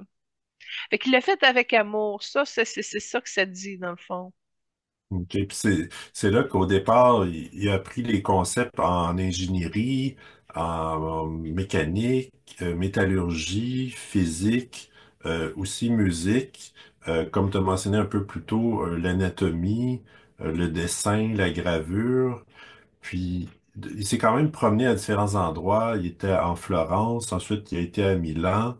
Il a été ordonnateur de fêtes et de spectacles également. Il a inventé une machine pour des utilisations dans des pièces de théâtre. En tout cas, on en passe. Puis, tu as mentionné la Joconde plus tôt. Je dirais autant Einstein, on le connaît pour sa théorie de la relativité, autant Léonard, c'est pour la Joconde. Oui, puis c'est malheureux parce qu'il a tellement apporté beaucoup de choses que de le concentrer à la Joconde, c'est c'est limite insultant, tu sais. Oui, c'est un tableau, mais l'œuvre de l'homme en arrière est tellement gigantesque que juste de focusser là-dessus, c'est comme de dire l'humain, c'est un nombril, tu sais. Exact. Puis, il y a plusieurs personnes, en tout cas, qui ont mentionné euh, leur impression de lui. Il y en a une, c'était, en fait, il y a eu une analyse de Freud sur Léonard, puis il disait, d'après ce que Léonard écrivait, il y avait une peur de l'étouffement maternel, puis une acceptation de sa situation illégitime. Il y a eu de la misère à accepter la situation que ses parents étaient pas mariés, c'est tout ça, tu dis? Semblerait, oui, ou... Ben, c'est plutôt que la société était pas prête à accueillir les homosexuels de ce monde. OK, ouais, Tu sans sais, doute. on peut le tourner de l'autre bord aussi, là. Quoique je pense que c'était plus accepté quand même en Italie à cette époque-là. Ben, je suis sûre que ça restait caché, Benoît, parce que, tu sais, je sais pas, il n'y a jamais personne qui m'a dit qu'il était gay, ce monsieur-là, là. Non, c'est ça. Mais en tout cas, il y avait des soupçons peut-être, mais parce que du Ouais. fait d'une part qu'il avait jamais été marié ou en relation avec les femmes, là, Moi, il mais n'y avait pas le temps. C'était du matin au soir. Il était tout le temps en train de faire quelque chose. C'est comme un hyperactif, si on peut dire, là, qui mettait tout son temps sur tous ses talents qu'il développait. Fait qu'une chance qu'il y avait du monde qui s'occupait de l'entretien puis de la nourriture, etc. Parce qu'il y avait zéro temps pour ça. Il se couchait très tard le soir. Même la nuit, des fois, il se réveillait pour apporter des choses. Puis le lendemain, il repartait, il continuait. Mais il y avait une belle lumière. Fait qu'il se nourrissait de sa lumière. Probablement, ça l'amenait à moins dormir, moins avoir besoin de dormir, mais pendant ce temps-là, il produisait. C'est vraiment un workaholic, si je peux dire. ok. D'autres ont dit ses capacités extraordinaires d'invention, son exceptionnelle beauté physique, sa grâce infinie, sa grande force et générosité, voilà la formidable ampleur de son esprit. Ouais, c'est cohérent. Puis, donc, il y avait aussi des intérêts pour l'optique, la géologie, la botanique, l'hydrodynamique, l'architecture, l'astronomie, la physiologie. Puis, d'ailleurs, sans avoir eu l'éducation ni les méthodes de recherche comme scientifique, il a rédigé une quantité innombrable de traités scientifiques, puis c'était généralement accompagné de dessins explicatifs. Ah ouais, c'était vraiment bien enseigné, bien transmis, bien légué. Puis je suis vraiment contente qu'on ait fait le Da Vinci à côté d'Albert Einstein parce que sincèrement, c'est deux énergies presque pareilles. C'est spécial à dire, hein? Puis assez que pendant que tu parlais, je t'écoutais d'une oreille, puis j'étais en train de me dire, du coudon, on sait que c'est l'énergie de base est tellement la même chez les deux. C'est-tu la même incarnation, tu sais? Puis là, non, c'est pas. C'est presque pareil parce qu'ils viennent de la même souche, si on peut dire. Mais c'est plus des frères, c'est pas une continuité de un de l'autre. Mais ils viennent de la même place, pourquoi que la fréquence est très similaire? Ah. En début d'émission, tu parlais de Nostradamus. Il a vécu en fin de vie, il a chevauché les dernières années de Da Vinci, puis il avait fait des voyages à travers la France, mais aussi à travers l'Italie. Donc, sûrement qu'il connaissait Léonard de Vinci, puis il a dit d'ailleurs qu'il le disait le plus grand alchimiste au monde. Ben, je te remercie, je savais pas ça non plus, mais effectivement, Léonard de Vinci a reconnu Nostradamus, fait qu'il y a une reconnaissance des deux. Puis non seulement ça, mais Da Vinci, il a été fasciné un petit peu par l'univers de Nostradamus, puis il a plongé, il a pris le temps de regarder un peu ce qu'il y avait au niveau de Nostradamus. Mais Nostradamus, c'est pas compatible, c'est une lumière bleu indigo. Fait que c'est pas dans les mêmes teintes d'âme, mais il y a eu un croisement, puis il y a une reconnaissance qui ont porté attention au travail d'un de l'autre. Mais c'était comme plus une curiosité, un intérêt. Ça n'a pas été plus Puis, loin que ça. ce qui faisait la force, entre autres, de ces dessins comme la Joconde, c'est la minutie de la nature, mais de l'expression humaine. Donc, il disait, une image doit représenter la personne, mais aussi les intentions de son esprit. Ben, ça, c'est bien parce qu'aujourd'hui, il dirait l'âme. Il comprenait déjà que l'âme ne pouvait pas être dissociée du corps humain. Fait que déjà là, il y avait une compréhension de la divinité supérieure. Tout à fait. Comme deuxième trame, tu as choisi une trame que peut-être Da Vinci lui-même aurait composée. C'est ce que j'ai pensé. Je trouvais que, ouais, ça semble être sa fréquence, sa musique. Puis quand j'ai écouté, ça passait. Fait que j'aurais tendance à dire comme toi, Benoît. D'après moi, c'est sa musique. Ça a un peu un style carnaval, là, Ouais, en tout cas. Mais comme comme je dis, il n'y avait pas grand-chose. Fait que j'ai pris ce qui pouvait correspondre. tu mentionnais plutôt que, il n'y avait pas le temps pour des relations parce qu'il travaillait tout le temps. D'ailleurs, c'est probablement ça qui a causé éventuellement une paralysie de sa main droite. C'est un C'est choc qu'il y a possible. eu, c'est un traumatisme qui venait de l'enfance. C'est attaché à sa colonne vertébrale entre la 4 et la cinquième dorsale. Non, je crois pas que c'est à cause de l'overwork de ses talents. Je crois OK. plutôt que c'est une chute qui a mal guéri puis qui a créé une pression au niveau de la colonne vertébrale, tout simplement, avec le temps. OK. Sinon, en fin de vie, il y a eu des accidents vasculaires cérébraux. Il était souvent malade en fin de vie. Il voyait presque Puis, plus. oh non, OK. Non. Ouais. Puis, d'ailleurs, il était végétarien, je crois, puis il condamnait les atrocités contre les animaux. Oui, c'est un petit peu dans le même mode que Gandhi, là. Tu peux pas être au courant de tout ce qui se passe au niveau de la nature, être un super botanique, puis un représentant du royaume animal, puis voyez les gens maltraiter les animaux, les tuer, les ci, les ça. C'est atroce, c'est terrible. Puis ça n'a pas changé. À ça, aujourd'hui, ils électrocutent au lieu de d'y aller à la Moyen Âge, là. Mais tout ça doit être déchargé de la viande avant qu'on la mange. Puis ça, c'est une bénédiction, une prière qu'on peut faire, là, mais c'est terrible ce qu'on fait vivre au royaume animalier depuis des siècles et des siècles, malheureusement. Fait que oui, les allumés, les éveillés de ce monde le voient, le dénoncent, mais tu sais, encore là, c'est pas ça qui va faire enlever le steak du gars dans l'assiette au coin, là, tu comprends? Fait qu'à un moment donné, ben c'est ça. C'est les mêmes boucles qui se répètent d'époque en époque. Puis c'est toujours les mêmes problèmes. Puis il y a toujours des éveillés qui viennent dénoncer les choses, mais ça rejoint pas la masse. Fait que le monde change pas. Puis tu sais, même aimez-vous les uns les autres, mais 2000 ans plus tard, c'était pas rentré encore. Fait que c'est très, très difficile de semer la conscience. Puis c'est pour ça que je te dis, dans l'époque où c'était, ça prenait des signes forts, des êtres illuminés qui viennent changer la trajectoire de l'évolution mondiale. Puis c'est grâce à des super conscients comme lui, comme plusieurs qui ont passé avant qui ont fait une différence, vraiment. Pour nous, aujourd'hui, on le voit pas, mais on subit beaucoup de ces influences-là, des traces d'éveil. Mais c'est progressiste, puis ça prend du temps, puis ça saisit pas tout le monde en même temps, puis c'est compliqué, puis regarde, ça continue, mais ça, le respect de la création, ça fait partie de la conscience des gens.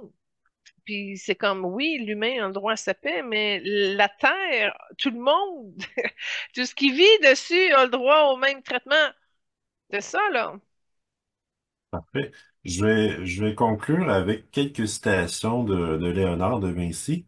Il a dit, la peinture est une poésie qui se voit au lieu de se sentir, et la poésie est une peinture qui se sent au lieu de se voir. Ouais. Sans, sans écouter, c'est possible, outre le tien, de posséder le cerveau des autres. Non, c'est ça. Quand tu écoutes, tu as toute l'information qu'il te faut. C'est ça que ça dit. Mhm. Ça a dû être la même théorie pour Einstein. Il y a bien des choses qui se connectent. Comme je te dis, c'est deux frères dans. Mhm. Il a aussi dit, la simplicité, c'est la sophistication suprême. Oui, ça, je suis bien contente parce que ceux qui essayaient d'être sophistiqués, ils se compliquaient tellement les choses, puis finalement, ils se mettaient en dehors de leur track, puis ils se perdaient là-dedans. Fait que oui, faisons simple, puis retournons au vrai, puis au naturel, là, le spontané, là, le beau, tu sais, le miracle de la vie qui s'opère, là. Il captait ça, lui. C'est ça qui rend son œuvre aussi intéressante. Tout à fait. Il a aussi dit, tout obstacle renforce la détermination. Puis, une dernière, comme une journée bien remplie nous donne un bon sommeil, une vie bien remplie nous donne une mort paisible. Ah, c'est intéressant. Parce que dans le fond, ce qu'il dit, dans le fond, c'est que tu n'as pas de regrets, tu as saisi l'occasion de pouvoir t'améliorer puis de changer le monde. C'est carrément ça qu'il dit là-dedans. Exactement. Puis tu mentionnais plutôt qu'il était perfectionniste, puis il pouvait travailler longtemps sur le même travail. Puis d'ailleurs, il disait, une des clés, c'était de prendre des pauses, assimiler le tout, puis revenir avec un nouveau point de vue, disons. Ouais, c'était pas compliqué. Il faisait deux pas en arrière, il arrivait sur une autre invention. Il faisait deux pas en arrière, il était sur un autre projet. C'est tout son environnement, c'était des projets, des projets, des projets, des projets. Fait qu'il avançait un peu, après ça, il allait il allait à l'autre à côté. En tout cas, c'est ça, c'est pas une âme qui a fait beaucoup de divans. Dans son incarnation, mais vieux, oui, il a pas le choix, il a commencé à intégrer des siestes et tout, là. Mais il était vraiment stimulé, puis pire que ça, il sentait la pression de tous ces projets qu'il avait avancés et amorcés. Mais il aimait changer les idées, tu sais. Puis finalement, si tu mets 2 heures, 2 heures, 2 heures, 2 heures, ben finalement, toute ta journée est remplie, puis t'as avancé 18 projets, tu sais.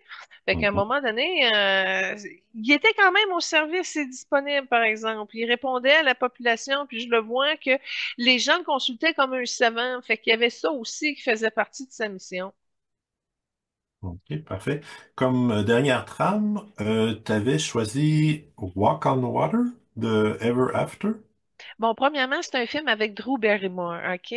Elle fait une Danielle Delompré. C'est l'histoire d'une Cendrillon sans Walt Disney. Puis là, ben, sa belle-mère est pas fine. Puis là, c'est l'histoire de Cendrillon, mais le prince est comme le mécène de Léonard de Vinci, si on peut dire, un conseiller du roi, du prince, parce que c'est un prince au début. Et puis, il aide Daniel parce qu'il voit que c'est vraiment le couple parfait, mais qu'elle, c'est Cendrillon, puis l'autre, c'est le prince, fait qu'il voit que la marge au niveau l'aristocratie, elle est très haute à monter. Fait qu'il amène tranquillement, pas vite, le prince à sortir de son guindage, puis à amener Daniel à garder confiance parce que c'est une belle personne, malgré les grosses difficultés qu'elle a avec sa belle-mère, etc. Mais la trame sonore que j'ai choisie à un moment donné dans le film, c'est drôle parce que tu vois le bonhomme vieux avec des espèces de bottes en bois, puis des petites hélices en arrière. Puis là, lui, il marche sur l'eau, tu sais, dans les années 1500. Puis là, ben, le prince veut y parler, mais là, il est en train de marcher sur l'eau avec ses bottes spéciales qui s'étaient fabriquées. Fait que j'ai pas vu l'image parce que j'aurais voulu vous donner le bout de scène parce que c'était vraiment trop cute de le voir. Léonard de Vinci sur ses patins marcher sur l'eau, là. Mais c'est la trame sonore de cette scène-là. C'est le mieux que j'ai pu vous trouver. Alors, c'est pas un personnage principal de l'histoire, mais c'est un sage important qui a permis justement à la meilleure histoire potentielle de se réaliser. Fait que je voulais vous le partager. OK, parfait. Ben, merci beaucoup. De la même façon que j'acceptais l'aide de Albert Einstein pour des sciences et mathématiques, je pense que je vais demander l'aide de Léonard de Vinci pour m'aider au niveau de mes multiples projets et mon développement de mes talents en art, parce que j'en fais plusieurs ces dernières années, fait que je vais demander son aide. Oui, il n'y a pas de problème, mais raffise ta demande. Tant qu'à aller chercher du Léonard de Vinci, va-t'en pas juste sur l'art, va-t'en sa fréquence générale qui va t'apporter une compréhension supérieure sur tout ton espace, y compris tous tes aspects que tu veux pratiquer au niveau de tes talents. Moi, j'irais en cible, vas-y, qui augmente ton ressenti, parce que c'est par le ressenti que tu as une meilleure écoute, tu as une meilleure observation, puis là, tu as l'ingéniosité de ton cerveau qui va t'amener au développement et à la réalisation de ce projet-là. Fait que c'est plus... Profite-en, vas-y chercher sa force dans ta demande. Et puis, c'est ça, je te dis, c'est par l'écoute, c'est par l'absorption du moment, là, de l'observation que le processus s'enclenche, puis ça suit, tu sais. Fait que c'est très bonne idée. T'es sage à force de demander à ces âmes bienveillantes-là parce qu'ils répondent encore, hein. Ils sont encore en service, même si c'est des vieilles énergies, là. Il va t'aider, il n'y a pas de problème avec ça. Puis en plus, il me transmet que tu es une très belle âme puis que tu es très généreux. Fait que c'est par sa bonté et la simplicité qu'il va pouvoir te transmettre de la confiance, finalement, entre guillemets. OK, parfait. Ben, je le remercie beaucoup. Ouais, c'est sincère, il y a une belle sympathie, fait que oui, continue avec, c'est bien connecté. Excellent. Donc, moi, ça conclut ce que j'avais sur Léonard de Vinci. Moi, je vais l'envoyer dans une zone d'inconfort, tu sais, OK? Parce que j'aime ça stimuler les gens. Puis là, à travers sa grande connaissance, puis qu'il a réussi quand même à rejoindre des potentiels amoureux, entre autres dans son histoire avec Drew Barrymore, là, moi, je veux le stimuler, là. Moi, j'aime beaucoup son aisance, mais je veux qu'il m'aide à recevoir cette claire connaissance-là, de par ma sensibilité, mon âme, mon plan, là, au travers du développement de ma vie amoureuse. Fait que c'est pas sa spécialité, mais j'ai comme l'impression, dans la base de sa force, il y a quelque chose qui va pouvoir me transmettre et m'aider. Fait que je le sors un peu de sa zone de confort, mais en même temps, le stimulant parce que je sais qu'il est capable d'aller dans cette direction-là. Fait que un petit défi ici. Excellent. Ben, je veux te remercier pour cette belle émission. Merci aux auditeurs, auditrices d'être au rendez-vous chaque semaine. Puis encore un merci à l'équipe Focus pour leur contribution. Oui, c'est une belle émission parce que c'est deux âmes apaisantes, calmes, sensibles, brillantes, intelligentes, pacifistes. Fait que c'est vraiment juste à eux deux un univers qui vient couvrir le manque, qui vient embellir notre situation mondiale. Fait que c'est des très beaux filtres qui nous amènent à prendre une distance puis à nous renouer avec notre intelligence. Parce qu'il y a beaucoup de conflits que les gens ont envers leur propre intelligence. Et ça, ces âmes-là sont comme bonnes pour nous purifier de ces blocages-là qui nous ont conduits à nous dévier de notre intelligence universelle.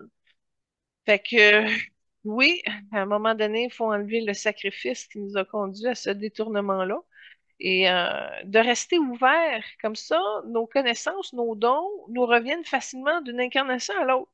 Moi, j'en parle, j'ai été bénie parce qu'à l'âge de 3 ans, Benoît, j'étais capable de monter en haut, d'aller voir des guides de lumière, puis de descendre la lumière pour soulager les migraines de ma mère. Fait que je sais que mon don de la médiumnité, je l'ai pas fermé, tu comprends-tu? Mais j'en ai fermé beaucoup d'autres dons.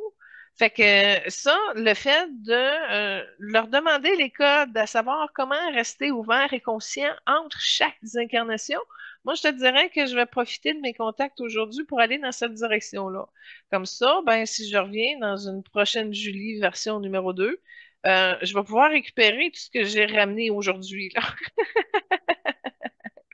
Fait que c'est un petit défi que je me donne à plus long terme avec ces deux êtres. Parfait, mais c'est une très bonne idée. Soyez bénis, bonne semaine, on se revoit la semaine prochaine. À la prochaine! Namasté.